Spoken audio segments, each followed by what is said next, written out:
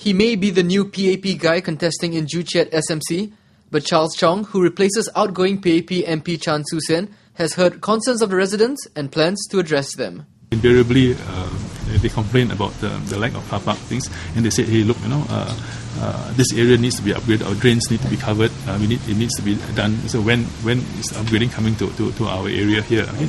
If you have upgrading, there is an opportunity to also improve the road, maybe widen the road a little bit, because now you have previously a useless area, an open drain. Now you have basically a walkway. Okay, so with perhaps recessed curbside parking as a result of covering the drains and making it into walkways, you can park cars in that area and not obstruct the road on that. And if you convert also the two-way streets, so if you can sort of convert it into one-way streets, those that have entry and exit, then actually effectively you are widening the road. And if public buses can get through the small roads because of this thing, then perhaps that will reduce the demand on car ownership. With just over 22,000 voters, Joo Chiat SMC is made up of mostly private property and only 4 blocks of HDB flats. But Mr. Chong said there's a need to improve public transport at private estates for the elderly residents there.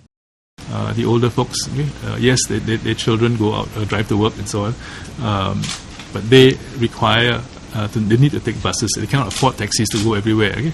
But and then they tell me that the bus service from the main road, they see the bus passing by their private housing estate and then going through all the HDB estates, bypassing them complete their private property altogether. So they've asked for diversion of some of the trunk services, if not during the peak periods, then during the off-peak periods. Okay? So we've taken some number of bus rides around the place, and I think there is some merit in what they said.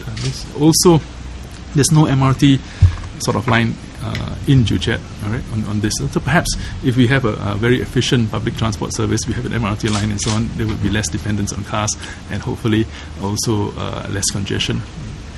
Mr. Chong, who spoke at a press conference held at the PAP Joo Chiat branch, also addressed issues brought up by his opponent, Yee Jian-jong.